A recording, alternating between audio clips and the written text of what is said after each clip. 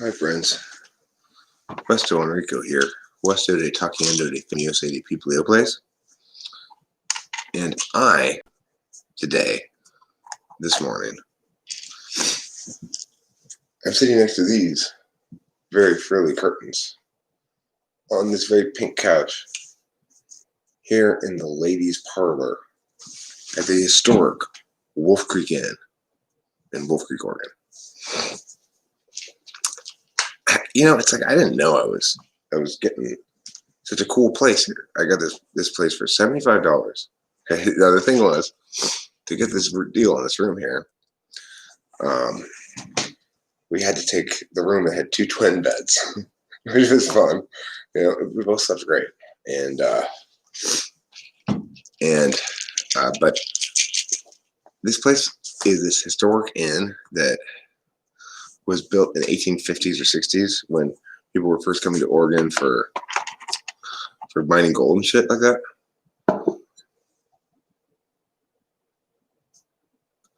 You're waiting in a hospital waiting room? I'm sorry to hear that unless your girlfriend's giving birth. In which case, congratulations.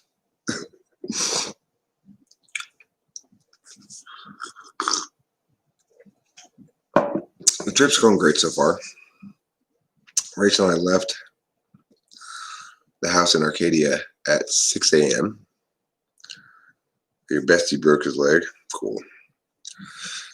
We left the house at 6 a.m. Oh, come on, Wolf Creek. Yeah, there we go. It's funny, it's called Winesburg. There's a book called Winesburg, Ohio, the central sort of meeting location in the book, or the characters all weave through the Winesburg Inn. This must be what the Winesburg Inn looked like. One thing about this place is it's got some rooms here that have been set up as like little museum rooms. They've got the Jack London room. Jack London stayed here wrote a couple of books here actually, and or finished one book and one story here. And they also have, it's very historic. I'll take a lot of pictures of it.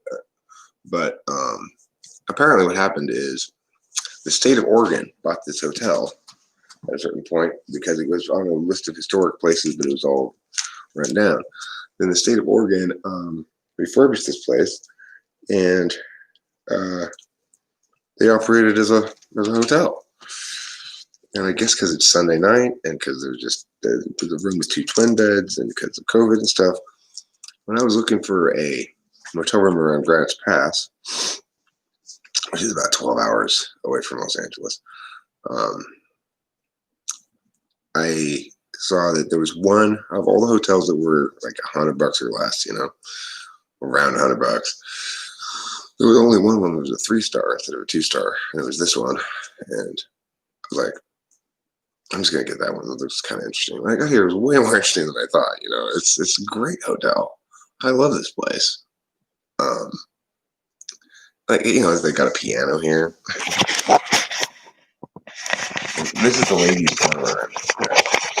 The ladies' corner, they call it.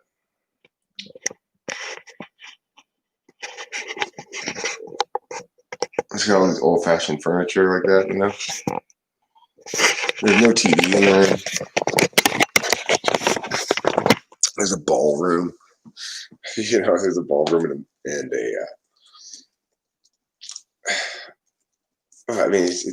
it's like a big old house, right? A big old house that's got staircases in like weird places and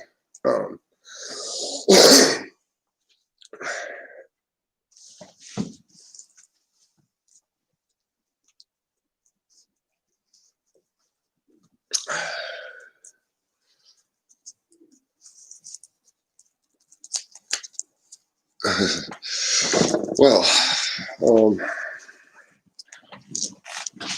first thing I'll tell you is also that dinner was really cheap. It was like, it cost us $19 to both eat in the restaurant here.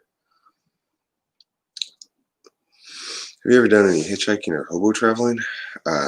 No. But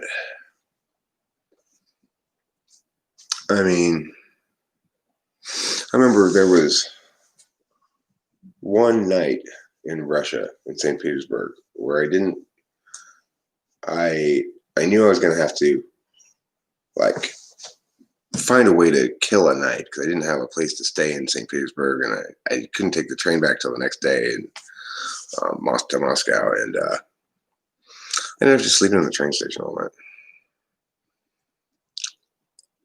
Have you seen that curtain on Amazon? I mean, David Black. If you like quaint, rustic, vintagey stuff, you would absolutely love the Wolf Creek Inn and Tavern in Wolf Creek, Oregon.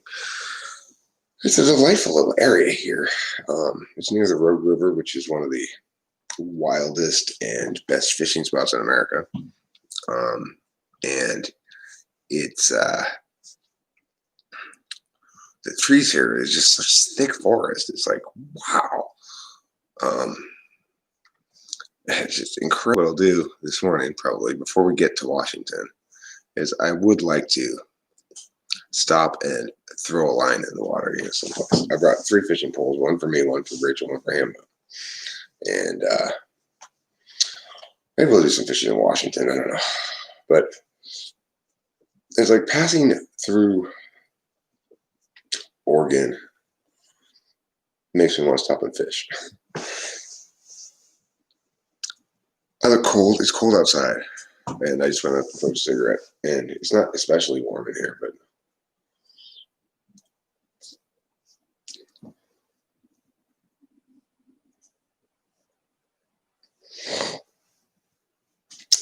I wasn't super. I found it a little sketchy sleeping in the St. Petersburg train station because it just, yeah, Clark Gable slept here too. And he mostly came here because he liked to fish the Rogue, which makes me think Clark Gable must have been pretty cool. You know, I've never fished the Rogue, but I've heard about it before. Like people say, well, that's the best river to fish. Most wild, like there's not a lot of easy to get to fishing spots on it, you know. So anyway, this is an incredible deal because Rachel and I got a room for the night and dinner for $100. That's a pretty good deal. You know, they got free coffee. So it's a tavern. It's only open on Friday, Saturday, and Sunday nights. And the restaurant and tavern. And in fact, the lady said, well, a lot of times we're kind of shut down in the middle of the week. So I guess, especially with COVID, they don't really have a lot of midweek guests or something. Like right now, I think there's 2 other people staying here, maybe 3. There's a couple, and there's this old couple. I mean, there's 2 other couples staying here right now.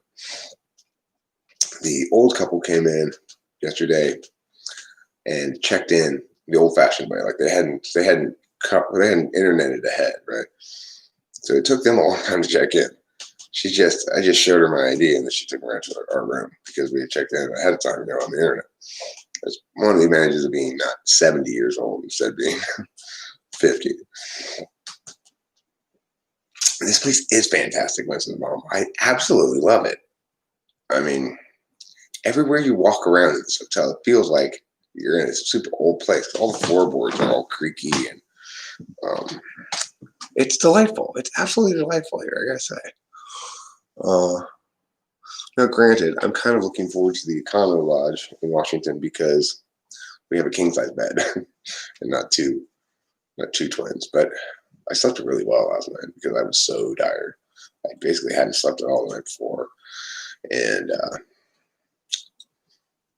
then I drove 12 hours.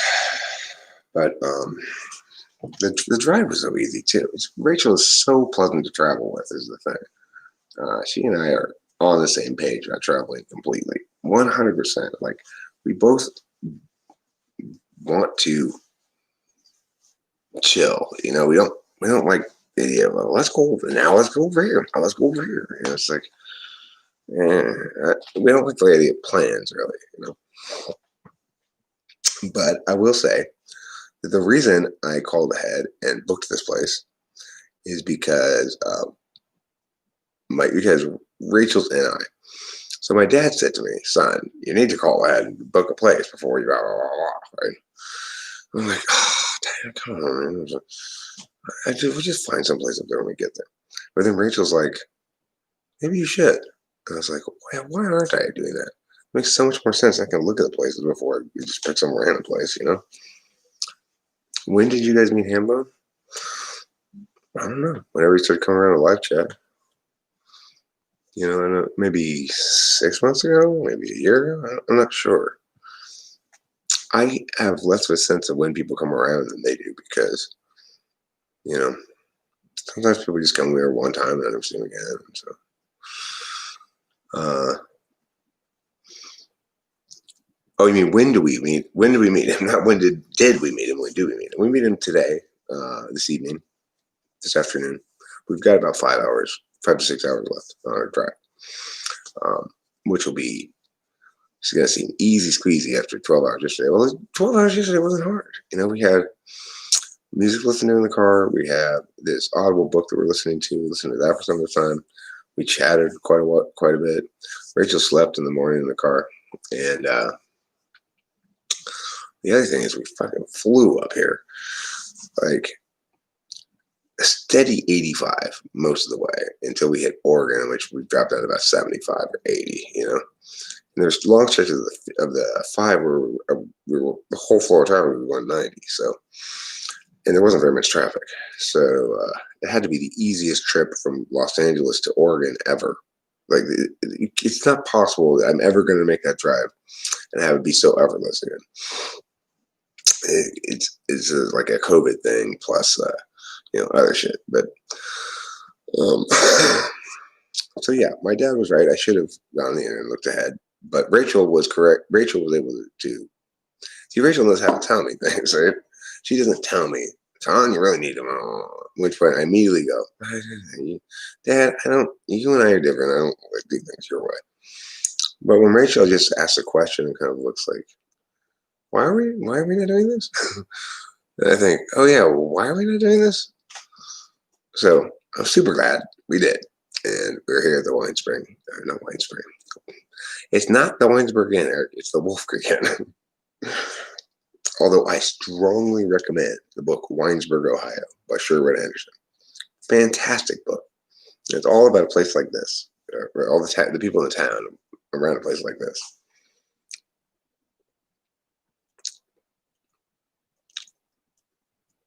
Yeah, let's do it. Let's do it, Mrs. Mom. Let's plan it.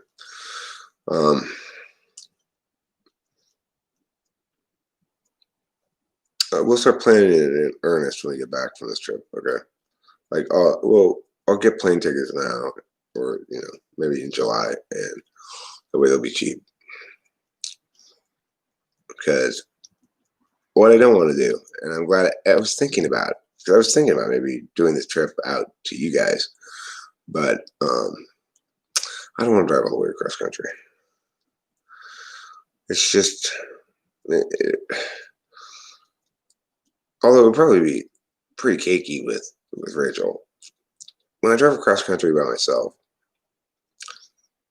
there were some midnights of the soul in there. Like, for example, the last leg I made on my way back from the cross country trip a couple of years ago, whenever that was, I drove for about 20 to 24 hours straight, something like that.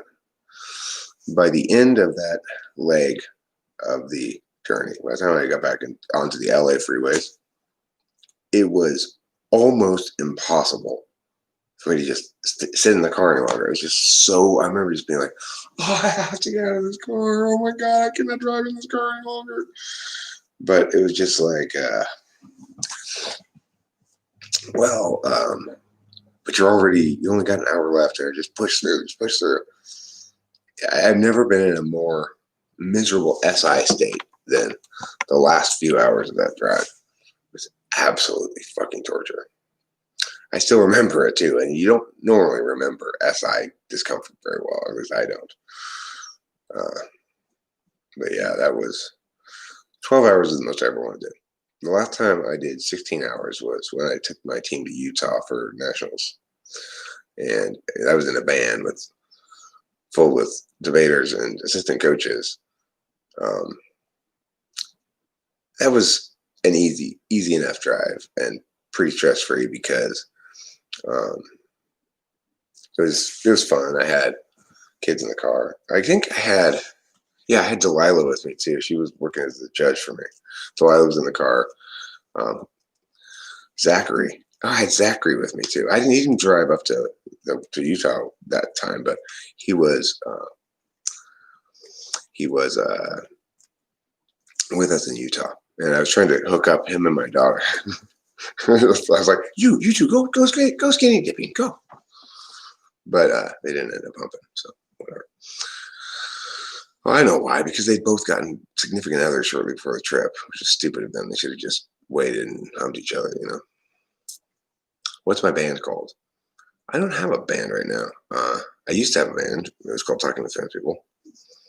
And before that, I played in a band called Computer Door All the Way Live. And before that, I played in a band called Puppy Bus. But right now, I don't have a band. I would like to have a band. Well, I liked Zachary. I thought he would be good for Delilah. You know? Well, and the thing is, it almost worked. They went swimming together, and I guess it's like they kind of almost sort of like, but no, I've got a boyfriend. No, I've got a girlfriend. Oh, whatever, you two silly children. Delilah doesn't know how to pick significant others. Although I'm happy with her current one.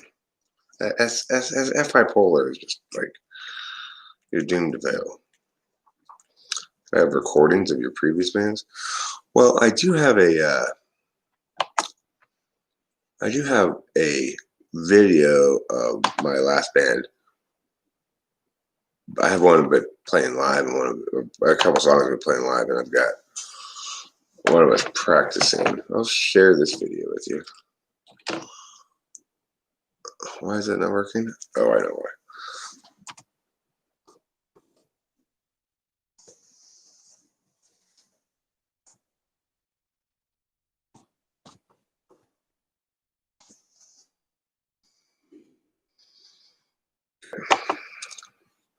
Copy link address.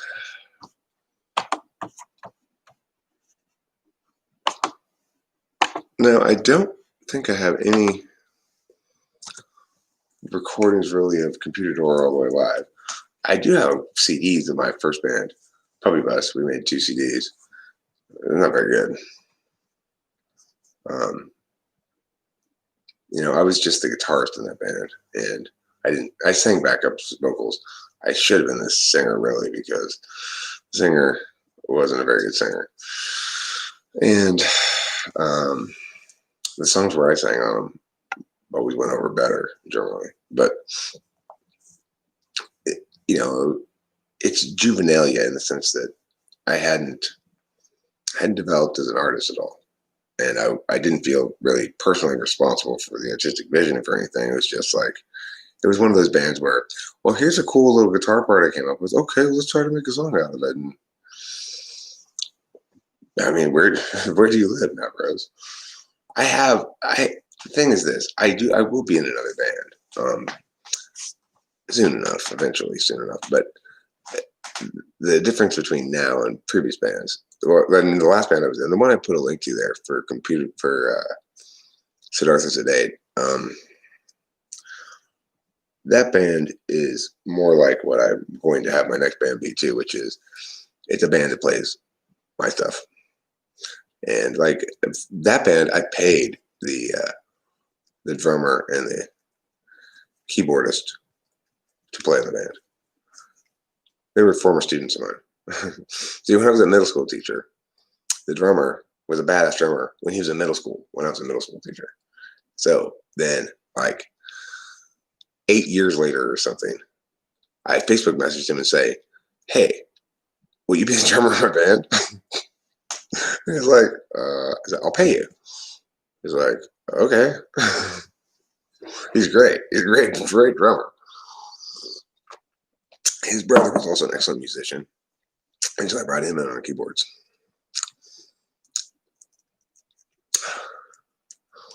My car is doing poorly too.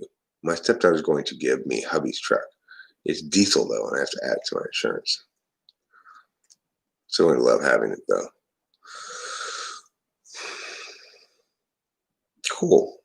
Glad to hear it. Yeah, I paid him to come to practices, and then we had one show. That man had exactly one show, and then shit kind of fell apart. You know, it's like we took a little hiatus. Other shit started happening. I don't know. It was a good band in the sense that Corey, the person I used to call my best friend, is a fantastic bassist. The drummer was Fitz. The keyboardist was a little.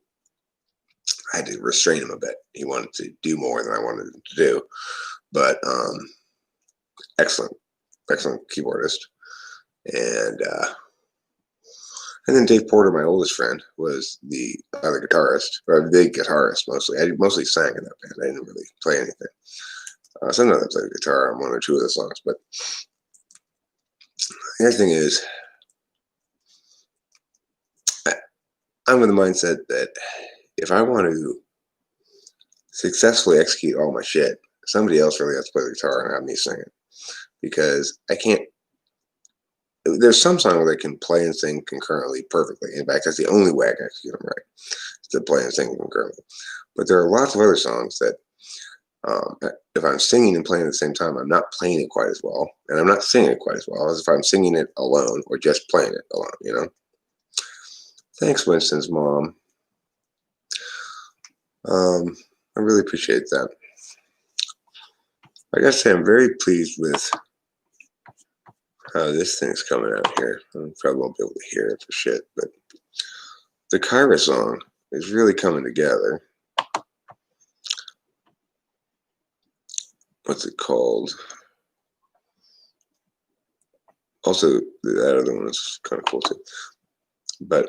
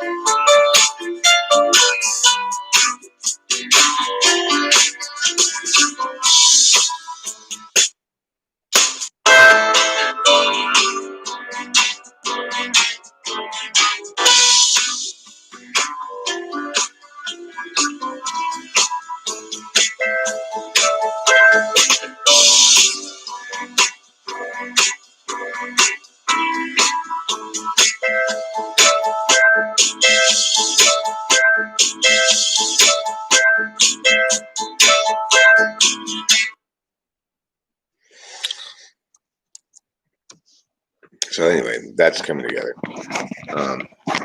The thing is, it's built out of.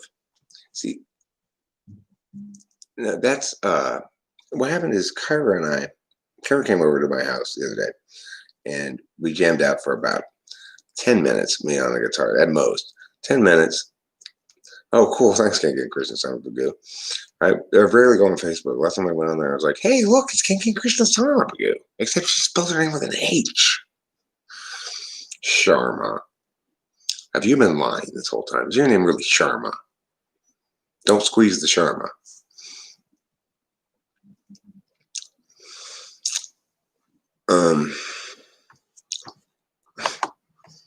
The other thing I've been working on, which I'm actually rather fond of, is the Whackage on a Saturday morning. It's called.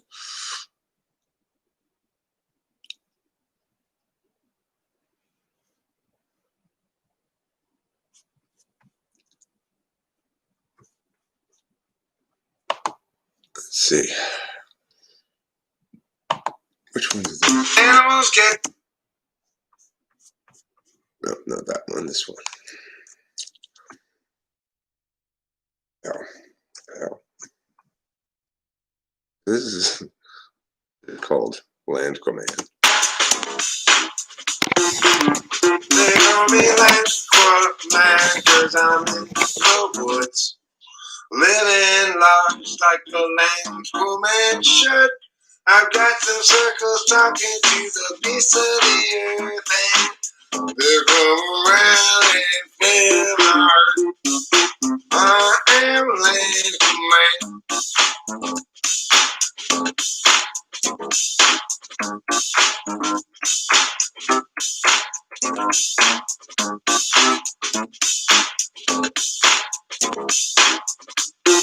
It don't matter why I'm Land Command. I can talk to the animals.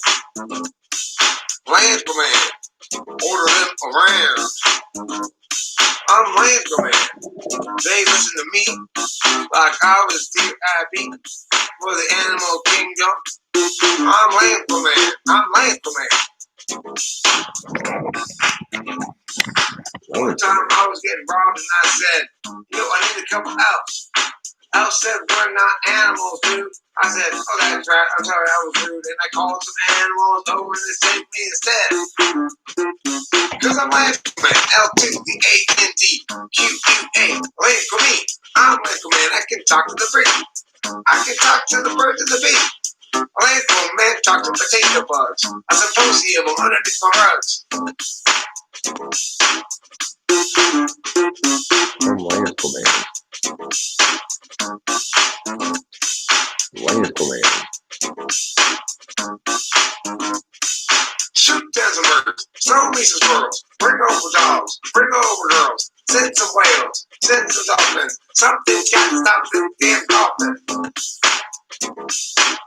Boy, he's not coughing, Land Command. He's robbing a bank. Foxes, lynxes, otters, beavers, turtles, squatters, they call me Land Command, because I live on the land. I'm not in the sea, because I'm Land Command. If I'm living on land, then why would I be in the sea where the waterman is then G? Because I'm Land Command. I talk to animals, man. Like the guy in the tree who's a bear, who's a squirrel, who's a gecko, or something like that. An artichoke. No, that's not an animal, folks. Listen, you gotta take heart. I only talk to animals, Bart. Like, for example, porcupines, or beavers, or turtles, or lynxes, or llamas, or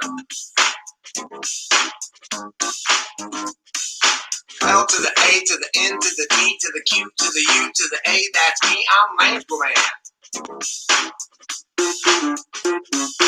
L to the A to the N to the D to the Q to the U to the A. That's me. I'm Land Command.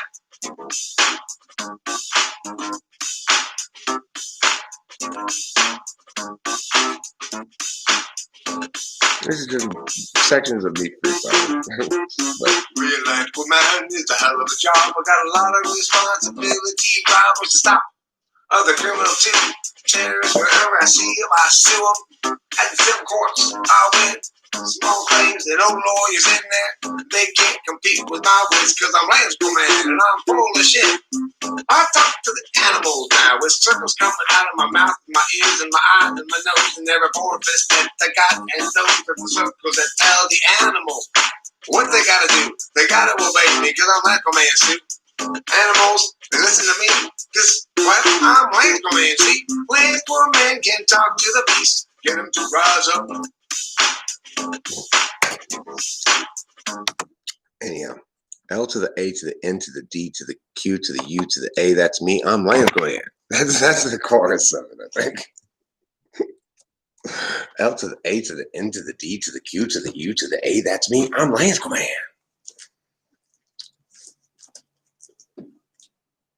No, that's all freestyled. What I do is I freestyle a bunch of it, and then I cut out all the bad parts. So it's not like it came out just like that. There's a bunch of shit in between that I had to cut out. But that's the best part of that whole freestyle. That is worth chorusing. L to the A to the N to the D to the Q to the U to the A. That's me. I'm Lance Command. Right? That fucking pops.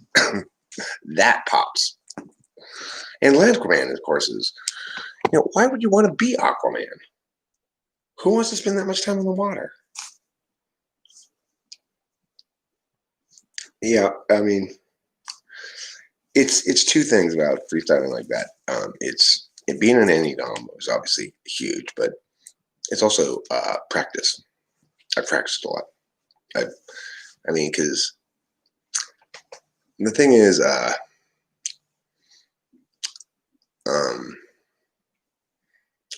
it's I'll let a beat roll, and if I'm thwacked out, I could just freestyle over for 30 minutes or something, right? And then if I felt like inspired by some moment of it, like, wow, that part right there was probably really good, then I might keep that part, but I might even just delete the whole thing and just do it again. I have a problem with liking the creative process more than I like the locking shit in process. It would be ideal if we could like have both, but they run afoul of each other. You can't have both. Is there science on how to form the perfect band? It's hard, though. I'm trying to form it going. Well, the answer to that question is, if you have a clear vision of what you want to do musically, then it's possible to form a perfect band. If you don't have a clear vision of what you want to do musically, or at least what you want to do musically with any given song, let's say, then yeah, Oregon's legal, Washington's legal too. But we brought it out since long ago, so we got plenty of weed. I haven't even smoked any yet. Here's the thing about that, Matt Rose. A perfect band is going to have one person who's in charge. You cannot have a group band writing stuff. If like my first band, Puppy Blast, was that, and it was garbage because of it. A perfect example of somebody of a band that basically desecrates all that is good and just and true in the world is what's that band called?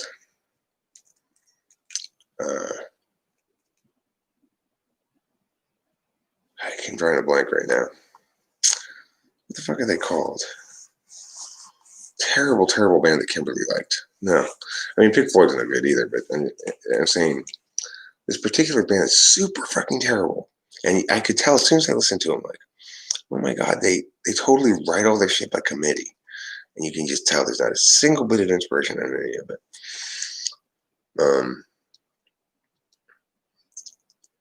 I sing this horrible song that's like, regardless, they're horrible. Somebody can remember maybe from me talking about it before. I hate this fucking band. That guy's like dramatic singer and it's terrible.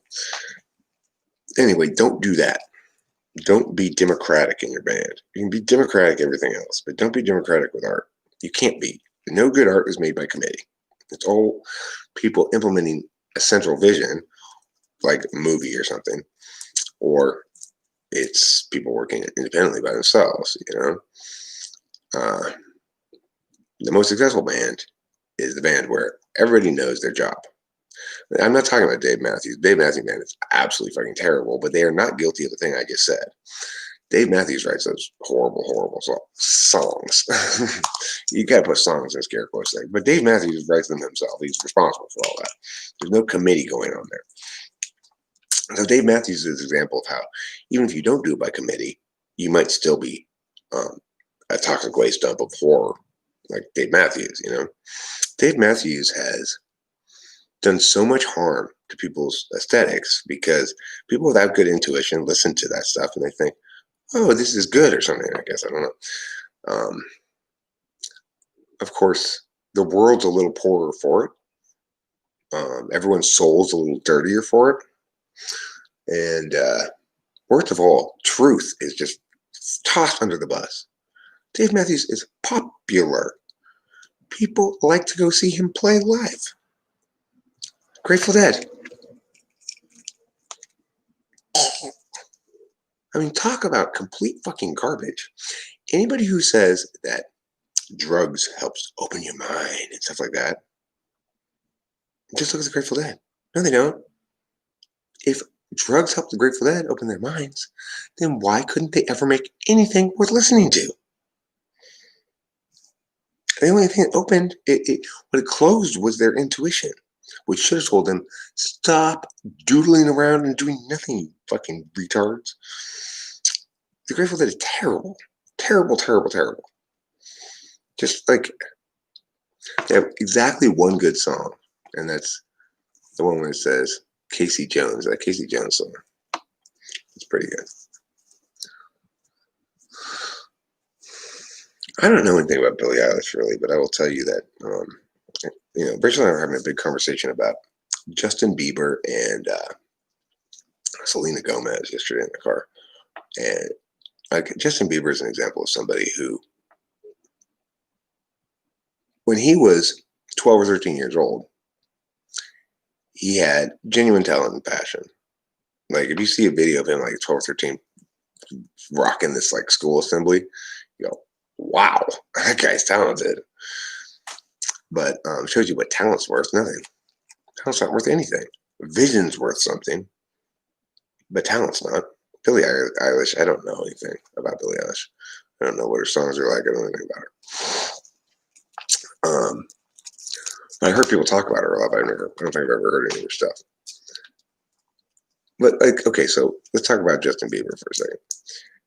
Rachel said, well, the thing was, the reason he's still super rich and able to play this sort of character of playboy pop star is because he got with Skrillex or something, some band like that or something like that, and they made that one song that was popular. I didn't recognize it until Rachel let it play for a little while, and I got to the part that's recognizable. It's got this weird like thing in it. Okay, so I guess I gave him cred or something, or street cred or something, but the problem with Bieber is what? What's the problem with Bieber? He doesn't seem to think that his job is to make anything that lasts. Nobody will ever listen to Justin Bieber 20 years from now. And he has no songs worth listening to. It's just an exercise in style. Let's talk about Justin Timberlake and Britney Spears. One of them is a pretty good artist, and it's not Justin Timberlake. I saw him in concert with my ex-wife, and he was entertaining. He's good at beatboxing. He's a great entertainer, but he doesn't have any vision. He's got a couple of good songs, Cry Me a River and Bringing Sexy Back. And everything else is just completely disposable. The only other good thing that he's ever written song-wise is Dick in a Box. That's hilarious. And why is it so good? Because it's such a brilliant anti-archetype of what a boy band song sounds like, Is it Bieber's fault? I'm not trying to blame Bieber. I'm just saying he's a cautionary tale. If you confuse success artistically with success financially, then you could kill yourself as an artist, basically. That's what he did. He had potential to be an artist at one point, but he needed to struggle. Struggle is required. You don't want to succeed too young, and it fucks you up badly. I feel really bad for all of the child people who turn out successful at like 20 years old, 22 or something. That's not fair to them. when I become eventually moderately successful at something, um, I'm going to be very gratified by that. I put in decades of work, decades of failure, and when you fail for decades, it's an incredibly liberating thing because it prevents you from doing things for the wrong reasons. You give up on the idea that you're working towards some sort of conventional success, and it liberates you to be entirely consumed with the artistic choices. Now, granted, most of the time, I'm not very careful in my art choices because most of the time I'm doing stuff like this, live streaming. But with music, I'm always very, very careful, and it's not always successful, even though I'm very careful. Even though I do 100% best effort and put hours and hours and hours into it, often I'll still be like, fuck, this is still fucking shit, Still garbage. What the fuck's wrong with me? But at least I'm on the right page. Fucking Justin Bieber's been ruined. She's never going to be on the right page. Dick in a Box is hilarious. One of my favorite Saturday Night Live things ever.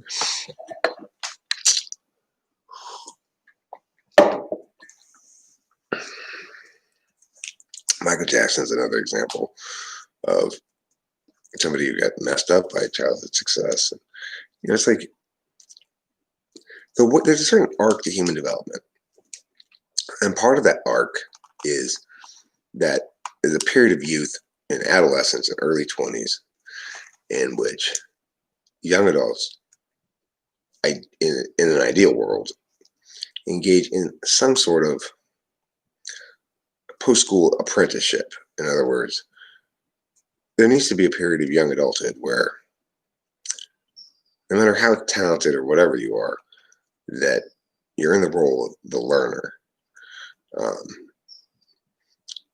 It's a little bit of sort of Japanese culture that's worthwhile adopting, which is, they have a respect for people who have mastered skill sets and who are willing to tell those things to younger people. Now, granted, the Japanese are way too locked into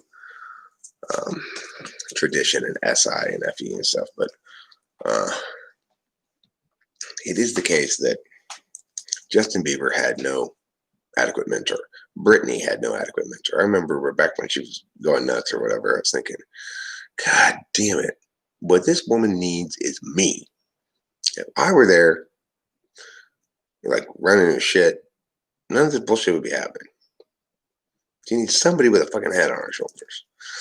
Now, granted, she's made a lot more good songs than Justin Timberlake ever did, even though she sort of lost the public relations battle.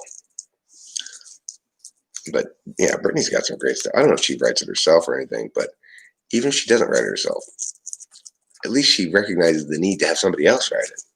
Justin Timberlake just writes some garbage and goes, hey, I've been able to pass off this garbage as something special. It's not special. What's special is something that lasts. Rachel and I listened to some Beatles songs yesterday. And why are we still listening to the Beatles? They made music in the 60s. Well, because they knew how to make something that would last. Modern pop songs are too loopy. Well, it's not necessarily true. It doesn't matter if they're constructed with loops or not. If it sounds super loopy, it may be not well done or something, but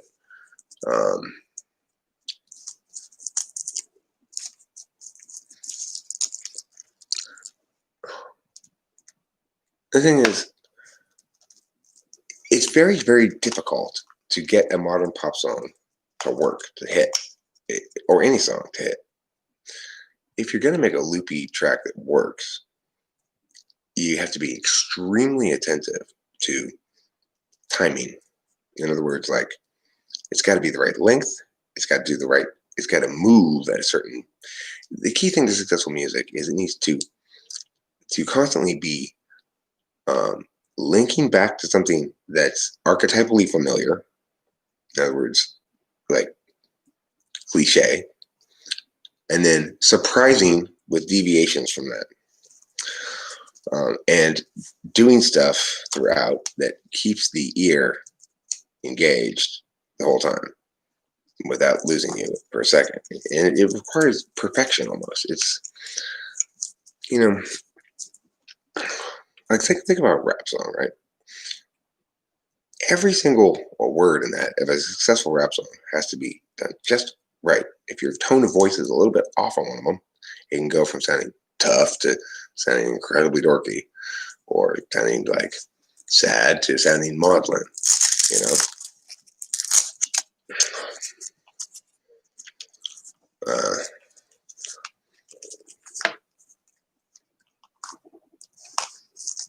If you want to hear a good indie band, listen to Saint Motel. Saint Motel, and you can also see what it's like when people develop as artists. Look at old Saint Motel shit, and then listen to Just My Type or A Good Song Never Dies, which are two of their newer things. And I mean, King Christian's Harmony Group, that's almost certainly not true. It's almost certainly. Now, there are occasionally the case, like me. I'd like to think that some of my most successful stuff is as good or better than most successful stuff that's actually successful financially or something. But I'm a huge exception, and even I'm not a complete exception. It's like the reason I'm not successful is because my shit's not good enough. That's what everybody should say to themselves all the time if they have any complaint about their level of success. There's no acceptable world in which my music is failing because it's good enough, but people just don't get it or something. No. If it were good enough, it would be popular. That's it. That's life. Well, marketability has something to do with it. I'm not denying that. But look, we have plenty of examples of artists that, it's like Steve Martin said. Steve Martin's an example of this. You just have to be so good they can't ignore you. And Black Francis of the Pixies, when he made his demo tape with his songs, it was so groundbreakingly better than everything else at the time that everybody fell all over themselves to give him record deals. That's because he was that good. That's why. Not because, and the Pixies will stand the test of time. We've got a lot of songs that you'll still be singing or listening to a long time from now. Granted, they're not as stand the test of time as some things, but they're pretty stand the test of time.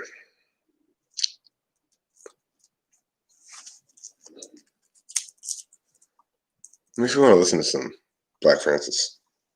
Black Francis' solo stuff is just as good as the Pixies. It's probably better in a lot of ways.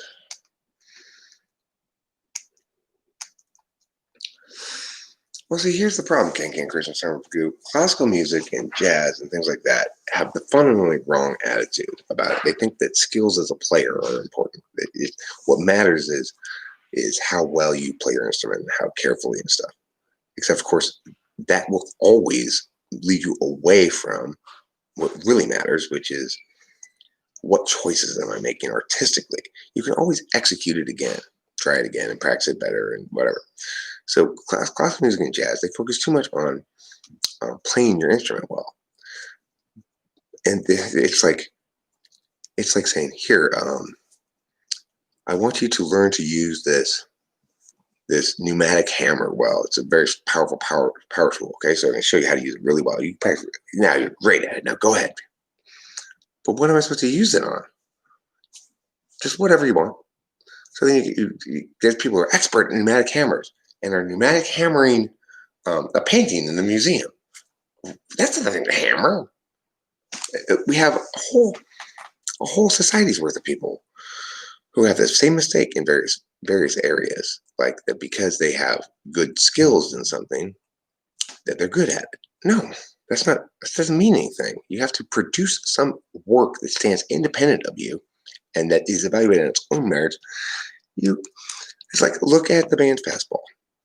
Those guys have no talent and they're not a good band at all. Except they have two absolutely genius songs. How did that happen? I don't know. They just lucked into them or whatever. The point is, it's not about the person and the skills that they bring to the occasion. It's about the capacity to catch lightning in a bottle. It's the only thing that matters.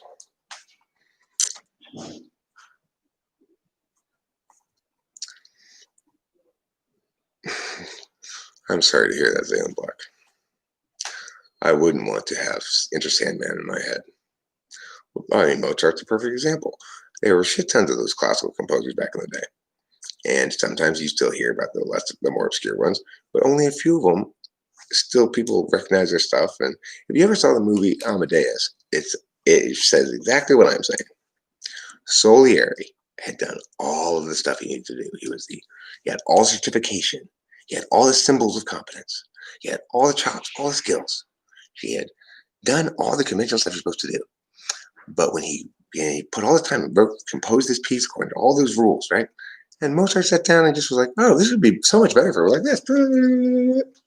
And just, ripped his soul out.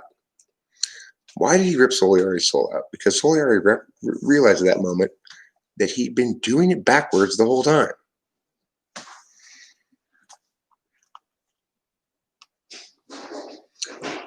But note, Mozart may have been a genius. He didn't play piano for his own music. He had somebody else play piano.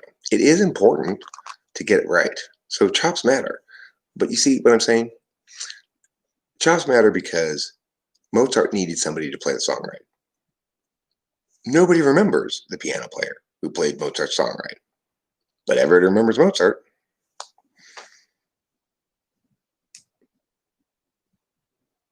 See what I'm saying? Mm-hmm. Sorry, Salieri's March is defiled. Is that what it's called? Is that what it is called? It's funny. What did he compose his music on? Probably piano, I would assume. Or he may not have even composed it on anything. A lot of those classical composers, because they were so, they were in a time period without recordings. And so everybody, like people who can really read sheet music, they can look at sheet music and hear the song in their head as they're reading it. I can't do that for sure, but some people can. How would you describe your musical style, Eric? What genre influences? I describe my musical style as Eric rock, and my influences and genres are myriad and infinite almost. There's no. It's like in the Kyra song that I'm working on. There's a section of it that's very evocative of Steely Dan. It's a very short section, but and that's not very common. That doesn't commonly pop up in my creations. That even though I like Steely Dan, I listen to them, I would not want to try to make music like Steely Dan because Steely Dan is the only band that succeeds doing what it does. Everything else that's anything like that at all is absolutely fucking terrible. It's almost impossible to do complicated NTP music successfully. Donald Fagen pulled it off some of the time. But the key thing is NTPs need to simplify and find the NI. That's where the juice is. Donald Fagen somehow managed to brute force his way into genius. He's a good songwriter, but he also did 286 mixes of Babylon Sisters or something. I mean, talk about brute forcing your way through. That's NE. Yeah, I can play the bass. I'm a pretty good bass player because I play the guitar with my right hand guitar hand is with my fingers. I don't play the pick, so I play the bass just like I play the guitar. What types make the best musicians?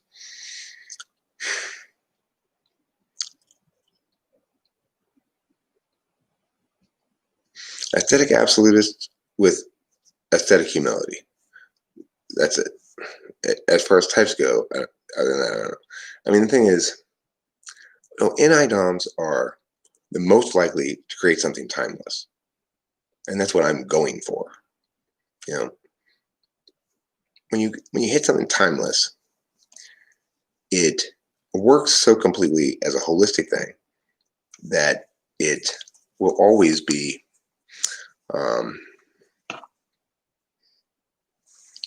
you play it for some little kid who's never heard it before in the car, like, I like that. You know you're on to something there. Dr. Dre said that. He used to play shit for his kids. If they kind of ignored it and kept playing and didn't what's that? Then he knew it wasn't very good. That's smart. So I need percussion. I actually have a person that has played drums for me on a few of my tracks remotely. His name is Rusmus, and he lives in Scandinavia.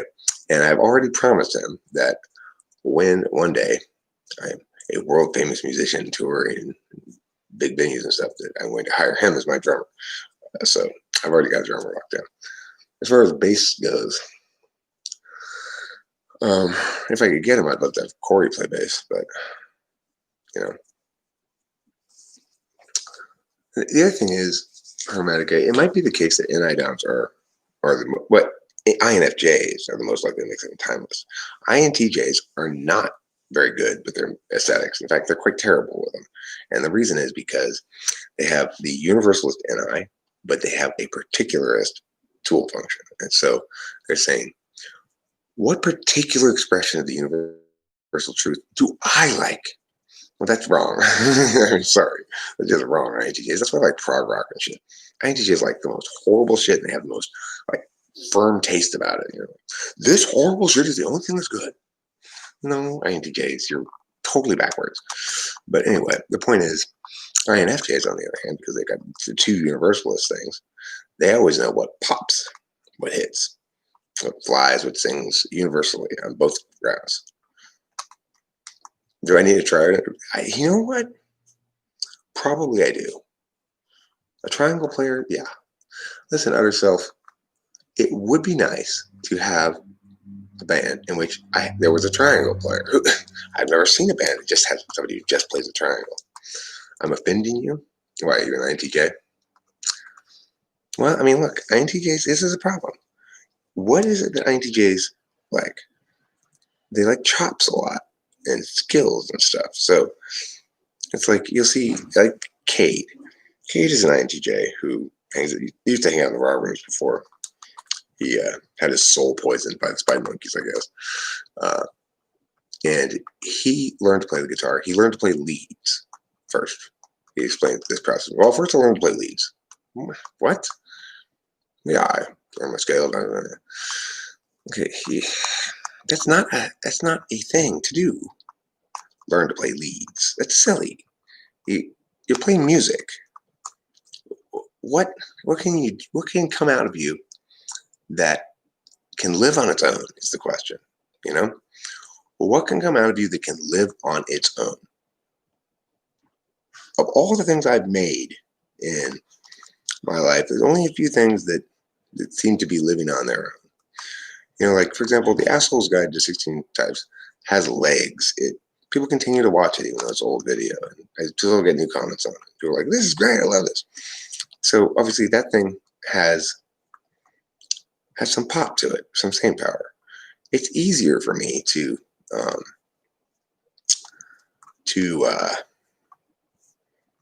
be successful with writing than with music, because music is the hardest medium, I think.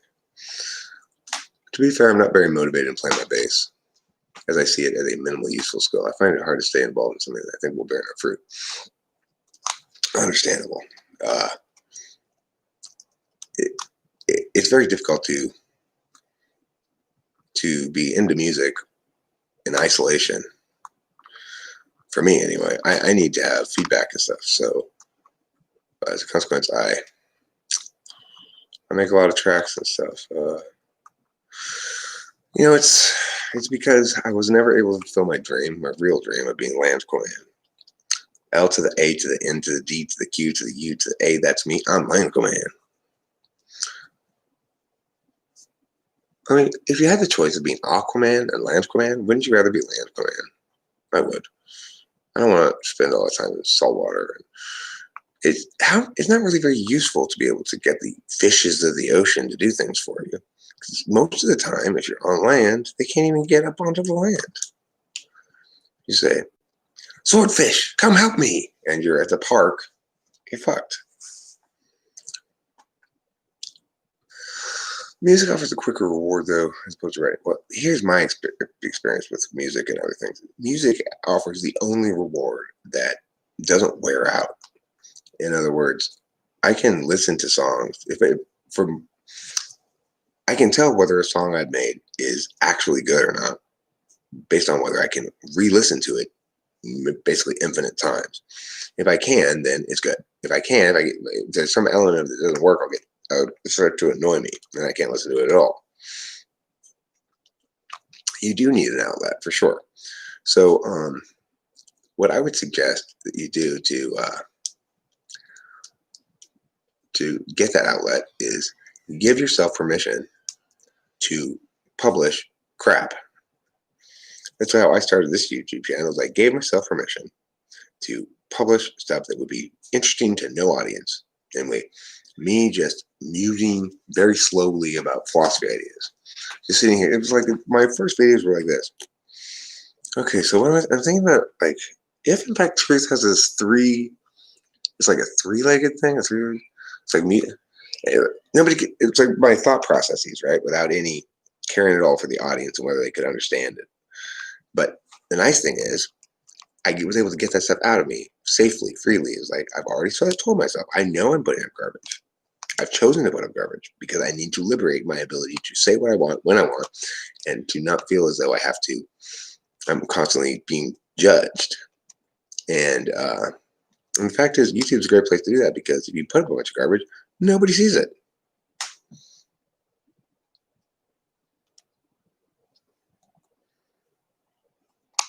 Yeah, I know, Herman. That's a problem too for me. I've got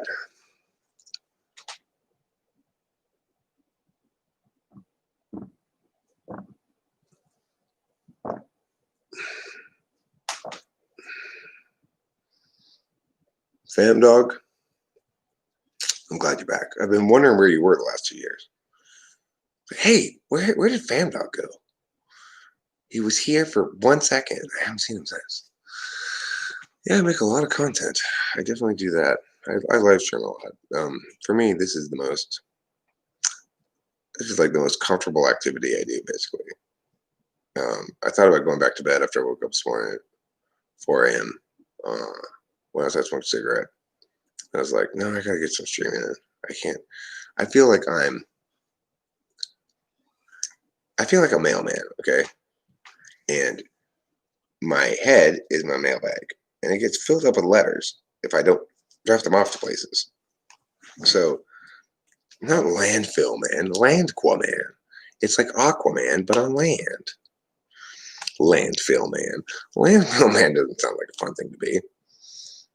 And you just like, I'm landfill man. Here, you want me to throw that away for you? No, that's what I do. Give it to me. Give me your trash. Give it to me. Look at this. Right in the landfill. See? I'm landfill man. It's hard to sit at GarageBand and play it because I can't remember my notes, and I have to brute force. I've never used GarageBand. Oh, I'm sorry. The thing is, Raphael, you started this email exchange with me about this topic at a time when I was getting ready for this little trip here. So that's why I've not been very responsive to my emails. So, laptop's been packed up and in the bag until just now. So, do I want to type you again? I will. I don't think it's a good use of your money. I don't think you should spend it on that. If you're expecting to get a different result, you shouldn't spend the money on it.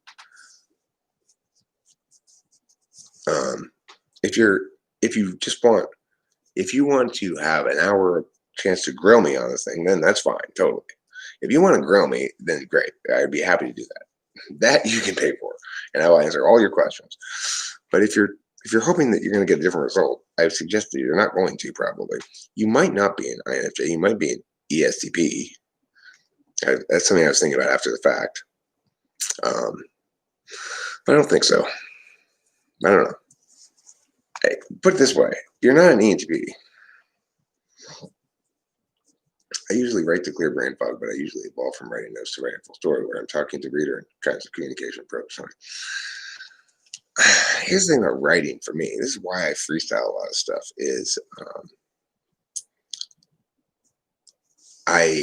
my vision's too clear about writing in some sense, and I can spend either 5 seconds or 5 hours writing one paragraph, depending on how perfect I want it to be. It's always about getting shorter, more concise, saying fewer words to the same thing, and with rare exceptions, you need a little bit of flourish sometimes to make it pop. But yeah, and that's kind of the nature of life too. My most native talent area is writing. I would right from the beginning of school, and I was always stood out as very effective with language compared to my peers. And I always thought, well, that's good. I like to write, and I've written a couple of books and stuff, but ultimately, the problem with writing is the same problem with videos that talk. Is the same problem with anything that's just words or that's just images. Is it has limited replayability. I can only rewatch even my most successful video a couple of times. What is with the song you want to write for me? I'm looking forward to it. What is with the song I want to write for you? I don't know. I haven't written it. Put it this way. You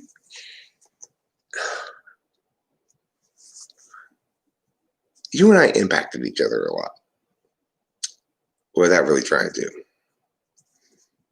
And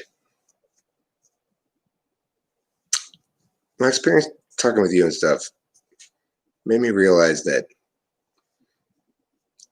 I can't deal with. I'm not a big boy when it comes to relationships and women and stuff. I can't handle the pain that's implicit in that kind of stuff. I can't handle causing pain. I can't handle seeing pain. I am soft, and especially when realizing this last time that, oh shit, it's like, I guess I have a lot of dating capital, made it incredibly scary to even consider dating, because it's like, Jesus Christ, I am not going to go through this world breaking hearts. Not going to happen.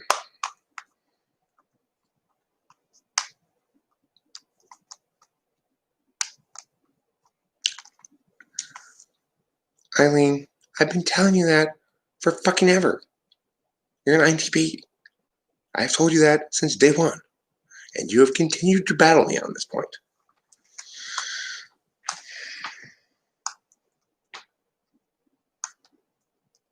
Hi, Levi Samuels. But to me, that's the critical thing, is the replayability. And maybe it's because of an SI. I'm an SI user, SI fourth.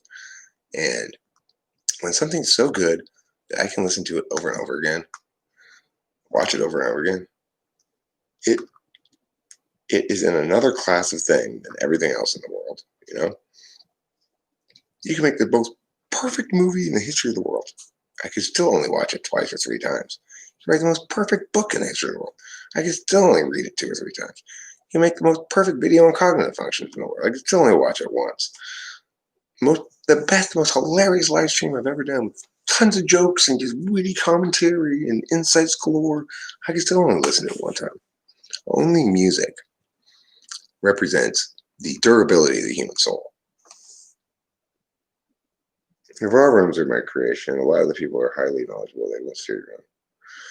Yeah, but listen, I do encourage people to go to the raw rooms, but I don't make the claim that Dylan Black does. They very well may steer you wrong. Depends who's in there, what they're saying.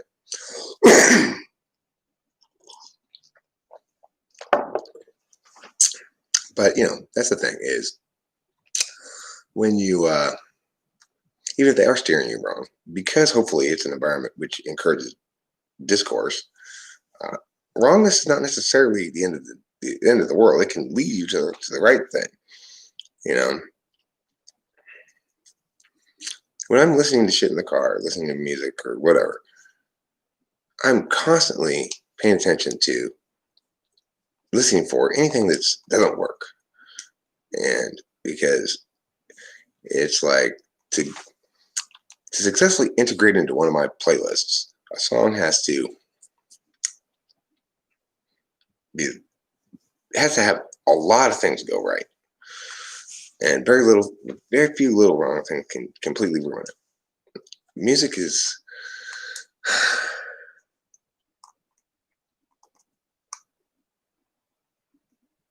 music's like a Jenga that doesn't fall down. Everybody's pulled out everything they could probably pull out. It's still standing there, and that no nobody's touching, and they'll stay perfect just like that. That's what music is. Music is the most mysterious of all media. It's the most difficult of all media. It's the most powerful of all media, and hard to analyze. It has its own math, unlike any other medium. Well, writing does too. Writing has grammar, but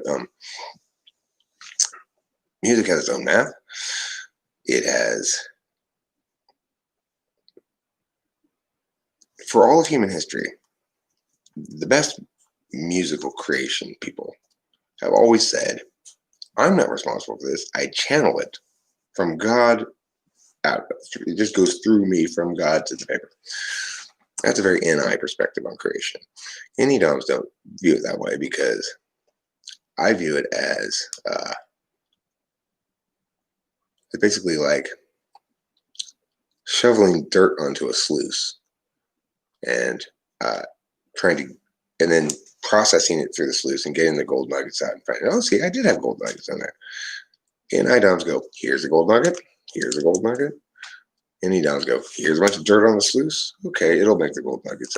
That's the labor part, I tried this way, nope. Tried this way, nope. Tried this way, nope. Tried this way. Ah, that pops. That's how I do it.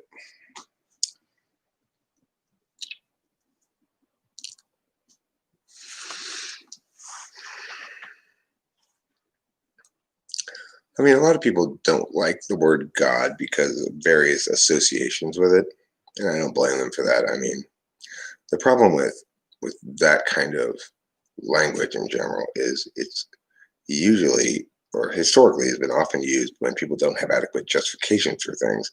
They fall back to that which needs no further justification. Of course, that's not God doesn't need to justify himself. You need to justify yourself, and you can't use God to do that.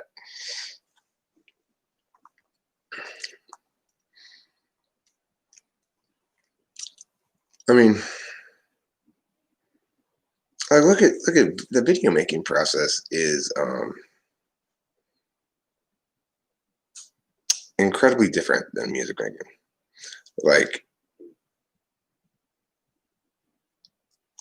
the narrator in stills videos, I consider that video making, and basically it's like trying to make things shit. If you want to be successful on YouTube, try to make it as breezy as possible. You shouldn't say very much about anything, but say something insightful about everything, and then wrap it up in 5 minutes, and you got yourself a pretty successful video. If you say too much, if you explain things too well, or if you were too TI, people aren't going to really be into it. It's like it's the same thing as a song in that regard. The video has the same kind of energy thing as the song, which is it needs to know what it's doing, do it, and get out. Decide what it is you're trying to do that thing, and then get the fuck out. That's the way to make good content that involves talking. Is an NI frame, but of course the other thing is NI frame or no, I am not just an artist. I'm a guy who likes to indulge himself in things he finds fun, like live streaming, and things he finds satisfying. And that's not necessarily going to make any kind of worthwhile work product. Nobody's going to care about this live stream 20 years from now. But I'm in this case, it's an SI thing for me. It's like I'm not worried about the resonance of this universally as truth. I am enjoying myself. I'm playing, and this is how I play and self-soothe and stuff. It helps me to feel like that. I'm not that I've emptied my letter bag as a mailman, that I don't have to carry around all this mail.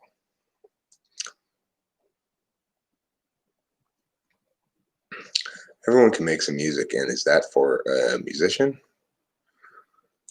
I mean, everybody can. There are people who are tone deaf, but even they can make music. My friend Chris Morrow, ISFP, I think, uh, he's a classical guitarist. He's tone deaf. He can't match pitch to save his life, but he's an excellent classical guitarist. When he tuned, he had to use tuners because he couldn't hear it. So it's like, to me though, that's such an ISFP approach to music. Why play classical guitar? It's neat, but you're going to spend most of your time playing other people's compositions and learning the processes of classical guitar before you can even begin to compose classical guitar song, probably. And even if you do, who's going to listen to it? There's just not much of an audience for it. And that's the thing is, well, for him, it's his live streaming, you know? To me, it seems silly to ever. Why would anybody want to do what I'm doing with live streaming with music? I mean, after all, music's important. Well, I mean, that's just, he's got the opposite perspective. Who would want to talk all the time? Talking is dumb. He's an ISFP.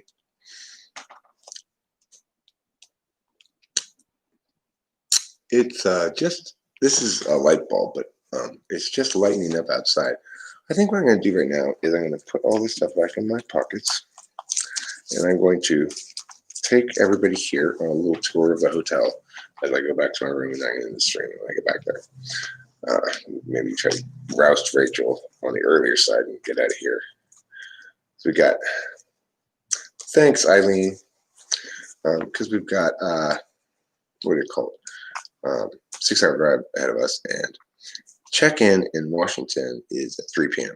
So if we leave at 6 a.m., get there at noon, we'd have to kill 3 hours. Well, we're obviously not going to leave at 6 because that's in 15 minutes and Rachel's still asleep. So let's say we leave at 8. Well, then we're looking at 2 o'clock, and that's about right. Then we have to maybe kill an hour before we check in, or maybe let us check in early or something, you know?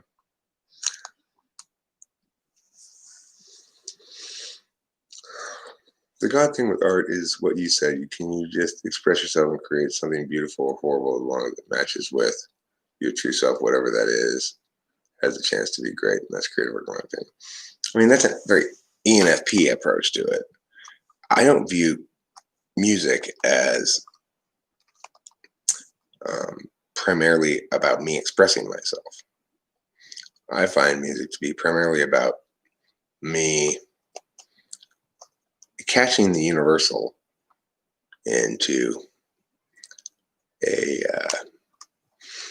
durational entity.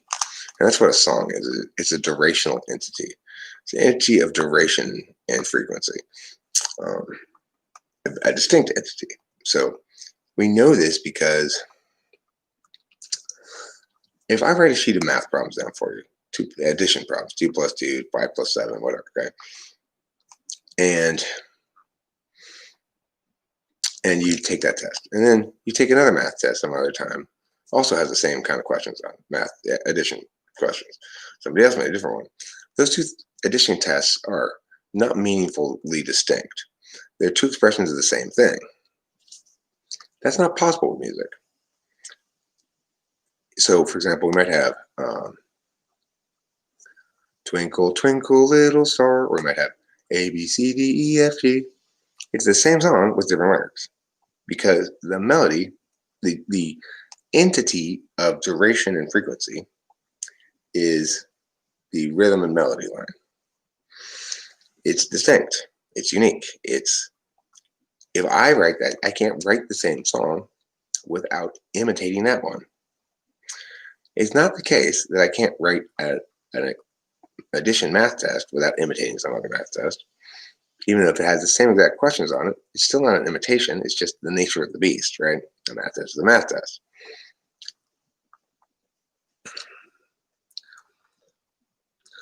Salem Black says, for me, when I've written stories, poems, music is for myself alone. It's something that has to come out. Well, a lot of people do have that, that they need to express themselves, and they find it gratifying to express themselves. So I remember talking to an ENFP about his music one time, and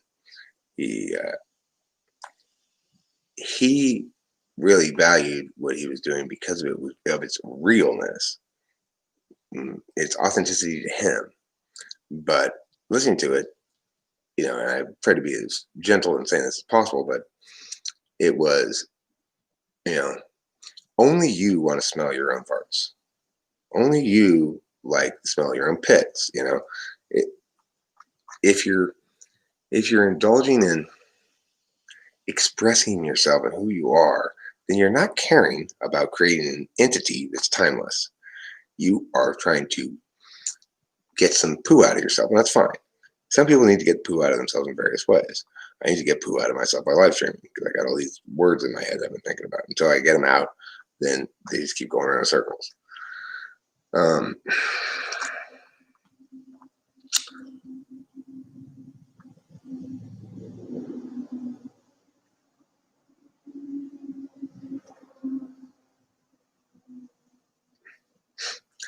That's well said, other stuff. Music is like a fart. If you push it, only shit comes out.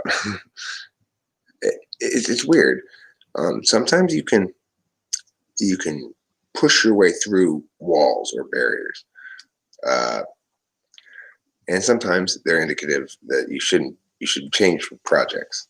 Like I'm really having trouble getting Siddhartha today to come together the way I want to. It's not my song. I didn't write the song, but I have a very clear understanding of how it ought to be executed, more or less, or what Corey would like it to be executed like. And I'm having trouble getting it to pop the way I want it to. In that instance,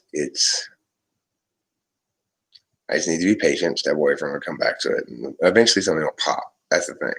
It's like I might play around with ideas 5 times before one of them actually develop. Okay, I'm having to poop now. I'm gonna take you guys back to my room with me, and then I'll poop there. I won't take you into the poop room with me though. Don't worry. I don't want you to have to smell my poop. But let's go look around this hotel a little bit, shall we?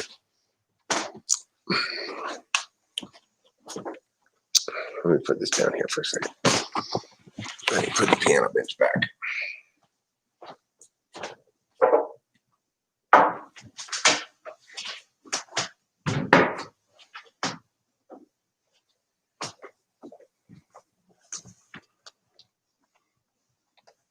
This is empty.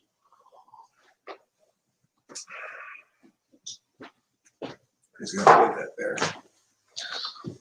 Fuck it, I don't want to carry that back upstairs. That's why they have employees. So let's look over here. Where did it go? We're in the wrong place? Is it over here? No. Huh. Must be upstairs. Or maybe they closed some door that was open before. I don't know. Let's go look upstairs.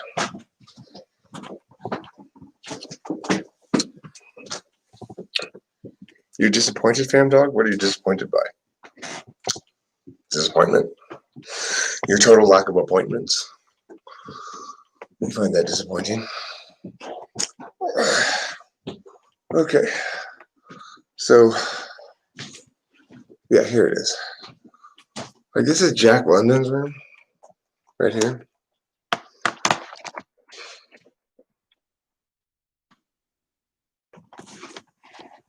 All right. Don't be down there. Who's this?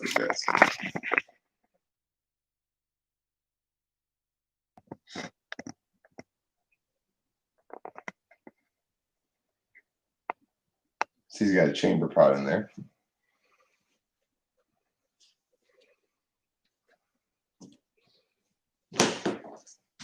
No, I haven't read your notes yet. This is the first time I took my laptop out since I left LA. Like old pictures and stuff. Wolf Creek Tower. Wolf Creek in 1935. Yes, right. Oh, that's 1935. That's 1935. This is what it looks like on the outside. The Duval years, 1924 to 1935. Actually, it is haunted, they say. I didn't experience any hauntings, but they have these shirts for sale about some ghost thing. But I guess it is. That's why I think it must be, I guess. What's this? Look at all this historic stuff. Town of Golden looking east, circa 1906.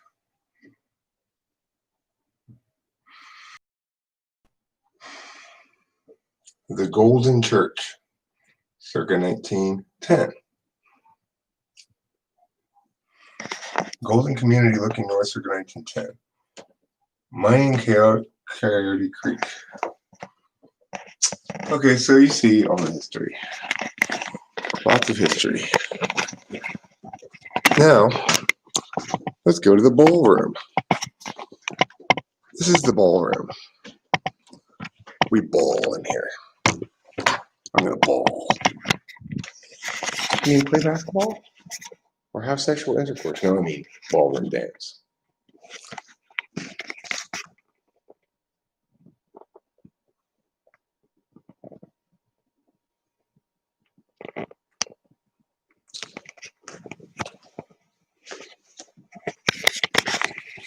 Okay, now let's go down to our room. Let's go downstairs to room 1. We're in room number 1. I think there's like 12 rooms in this place. It's not very big. Well, there's number 9, see?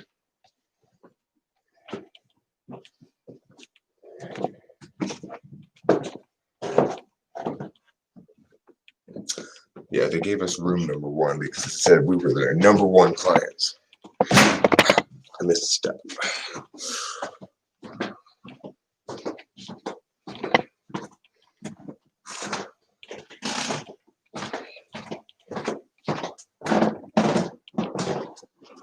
What tour are we on? We're just going to see Hambone in Washington. And I just found this place. It's a deal. I booked it the night before we came in. It's only $75. This is room 1.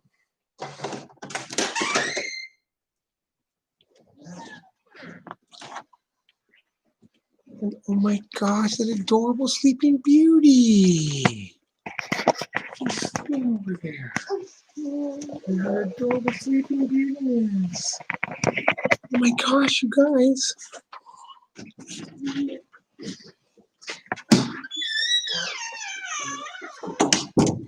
Now I'm going to show you what the outside looks like. The outside looks like this. See all those trees and stuff? And fogs and stuff? It's very organ-y. It's like it was raining like the whole time we were driving in Oregon.